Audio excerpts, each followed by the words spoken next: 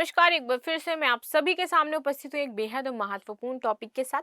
Topic हमारा जुड़ा हुआ है किससे? जो बोन मैरो डोनेटर हैं इंडिया में, उससे रिलेटेड। और यहाँ पर जो सलमान खान हैं वो भारत के पहले व्यक्ति बने थे जिन्होंने अपना बोन मैरो डोनेट किया था। इन्होंने बोन मैरो डोनेट किया था 2010 में। तो इसी को अब हम समझेंगे कि ये जो बोन मैरो डोनेटर हैं, जो इनकी संख्या है भारत में कम क्यों है, बोन मैरो कब डोनेट किया जाता है, कैसे डोनेट किया जाता है, और यदि आप बोन मैरो डोनेट कर रहे हो तो उससे संबंधित क्या क्या आपके साथ खतरे हो सकते हैं, कितने टाइम में आपकी रिकवरी हो सकती है। ये पूरा हमारा जो सेगमेंट जुड़ा रहेगा साइंस में जो डिसीज का पार्ट है इससे जुड़ा हुआ होगा, इसको हम समझेंगे।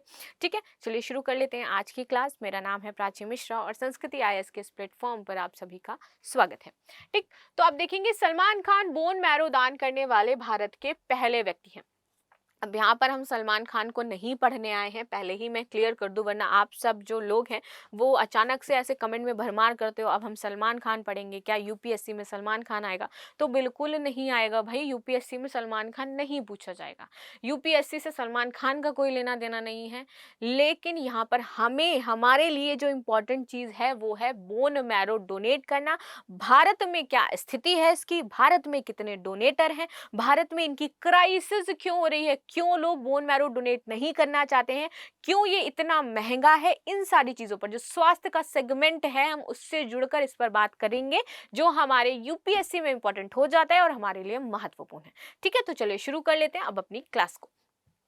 टाइम्स ऑफ इंडिया की एक रिपोर्ट के मुताबिक सलमान खान ने बोन मैरो डोनर रजिस्ट्री करवाई है अब हाल में। बहुत 2010 में उन्होंने बोन मैरो अपना डोनेट किया था, लेकिन तब उन्होंने अपना रजिस्टर जो है वो नहीं करवाया था। अभी उन्होंने रजिस्टर करवाया, इसलिए ये चर्चा में आ गया है। तो जब इन्होंने रजिस्टर करवाया तब पता चला कि ये भारत के पहले इंसान थे।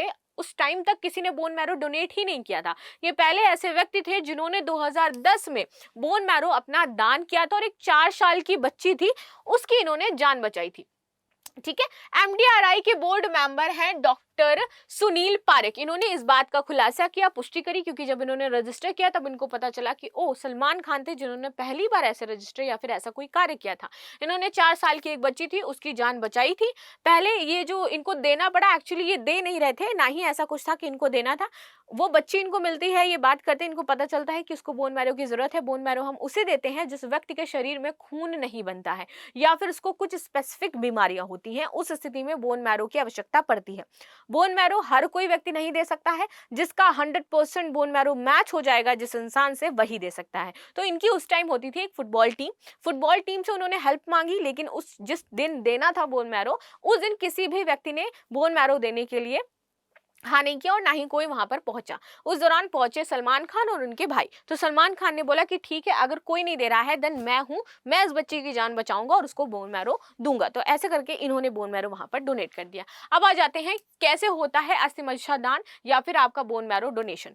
ठीक है, अस्थि मज्जा दान यानी कि बोन मैरो, ये प्रत्यारोपण के लिए रक्त बनाने वाली जो आपकी कोशिकाएं हैं इनको इकट्ठा करके 2 तरीकों में से एक तरीका अपनाया जाता है। ठीक है, तो यहाँ पर ये क्या किया जाता है, ये देखिए, ये है आपका जो बोन मैरो है, ये इस तरीके से है, ये इकट्ठा होता है। 1-2 दिन पहले आपको हॉस्पिटल में एडमिट किया जाएगा, आपकी पूरी बॉडी को डिटॉक्स किया जाएगा।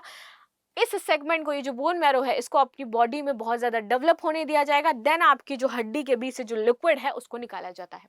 अस्थि मज्जा दान एक शल्य प्रक्रिया है जो अस्पताल के ऑपरेटिंग रूम में आपकी ऑपरेट की जाती है। ठीक है, डॉक्टर आपकी शोड़ी के हड्डी के पीछे दोनों तरफ से तरल मज्जा, जहां शरीर की रक्त बनने वाली कोशिकाएं बनती हैं, इसको निकालते हैं और निकालने के लिए किसका यूज करते हैं? नीडल का यूज करते हैं। आपको उस दौरान एनेस्थीसिया दे दिया जाता है ताकि आपको कोई दर्द महसूस ना हो। दान के बाद आपके तरल मज्जा को प्रत्योपित करने के लिए जो रोगी व्यक्ति है जिसको ये चाहिए उसके स्थान पर ले जाया जाता है और वहां पर उसको डोनेट कर दिया जाता है, प्रत्यारोपण कर दिया जाता है। ठीक है, यहाँ पर एक व्यक्ति हैं जिन्होंने जो अपना बोन मैरो था वो डोनेट किया था। तो बोन मैरो जब आप डोनेट करते हो तो यहाँ पर ये उन्होंने बताया कि आपको वहाँ पर रहना होता है। 2 दिन तक आपको मेडिकल जो देख रेख है उसमें रखा जाता है। 2 दिन आप वहाँ रहोगे, आपकी देख रेख होगी, देन आप क्या करोगे? बोन मैरो डोनेट करोगे। दान ऐसे अस्पताल में दिया जाएगा जो अनुभवी हो और NMDP के लिए अस्थि मज्जा संग्रह से भाग लेता हो, तभी वो आपका क्या है, बोन मैरो ले सकता है। कौन कर सकता है यहाँ पर? देखिए, बोन मैरो जो ट्रांसप्लांट है इसके के लिए ये अति आवश्यक है कि रोगी का बोन मैरो डोनर के बोन मैरो से 100% मैच खाता हो। ठीक है, साथ ही ह्यूमन ल्यूकोसाइट एंटीजन यानी कि HLA का मैच होना इसमें आवश्यक होता है। LHA के समान होने की संभावना अपने सगे भाई बहन में 25% होती है, जबकि माता पिता में 1 से 3% होती है। इसीलिए बोन मैरो कई बार क्या है, कोई अदर व्यक्ति देता है। ठीक है, जब HLA 100% मैच हो जाता है तो डॉक्टर उसके ट्रांसप्लांट की तैयारी करते हैं। इसीलिए माता पिता या फिर भाई बहन जो है उनकी 100% मैच होती नहीं, इसलिए वो देने में सक्षम भी नहीं होते हैं। बोन मैरो जो मैच होता है जिसके साथ 100% वही दे सकता है। वरना आप लोग सोच रहे होगे कि माता पिता दे दे, भाई खून नहीं देना है ना, बोन मैरो देना है, जिससे खून बनता है आपकी कोशिका में, जिससे आपकी बॉडी में खून बनता है। और जिसकी बॉडी में खून नहीं बनता है वो बार बार क्या करेगा, खून चढ़ाना पड़ेगा हर महीने। तो इसीलिए यहाँ पर बोन मैरो ट्रांसप्लांट कर दिया जाता है आपकी बॉडी का दूसरे पर्सन की बॉडी में, और ये पूरी तरीके से सुरक्षित होता है, यानी कि इसमें कोई जोखिम नहीं होता है। आगे बात कर लेते हैं किन रोगों में आपका ये जो ट्रांसप्लांट है वो किया जाता है। सारे आवश्यक जांच के बाद जिन बच्चों को या रोगियों को बोन मैरो डिफेक्टिव होता है उनको ये बोन मैरो दिया जाता है। यहाँ पर आप देखोगे थैलेसीमिया, सिकल सेल एनीमिया और ल्यूकेमिया आदि से पीड़ित रोगियों को उस स्थिति में डॉक्टर अस्पताल में बोन मैरो यूनिट के लिए भर्ती करते हैं जिनको ये क्या है, बीमारियां हैं। फिर 7 से 10 दिनों तक कीमो के द्वारा रोगी का जो बोन मैरो है वो नष्ट किया जाता है, यानी कि 7 से 10 दिन तक वो जिस पर्सन में बोन मैरो ट्रांसप्लांट करना है उसका बोन मैरो अब धीरे धीरे नष्ट किया जाना है, उसको रखा जाता है। वो 7 दिन तक कोमा में रहेगा। उसके पहले बॉडी का जो पहले से बोन मैरो है उसको नष्ट किया जाएगा, फिर नया बोन मैरो ट्रांसप्लांट किया जाएगा।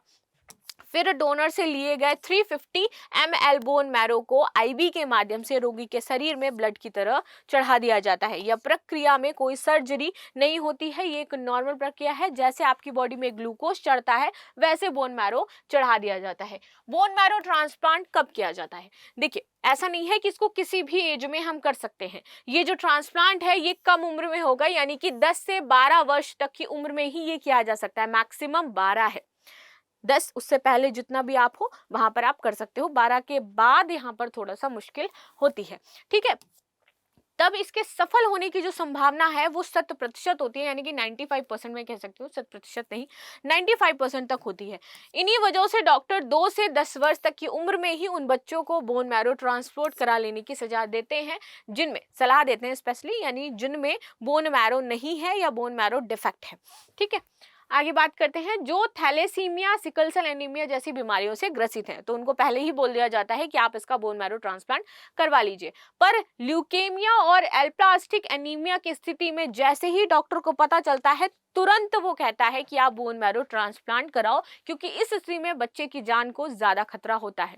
ठीक है, वे तत्काल ही बोन मैरो ट्रांसप्लांट की प्रक्रिया शुरू कर देते हैं जैसे ही वो बोन मैरो मिल जाता है। अब आ जाता है इसके दुष्प्रभाव क्या है और रिकवरी क्या है। देखिए, जो व्यक्ति बोन मैरो देता है, यानी कि जो दाता है उसकी 2 दिन में रिकवरी हो जाती है।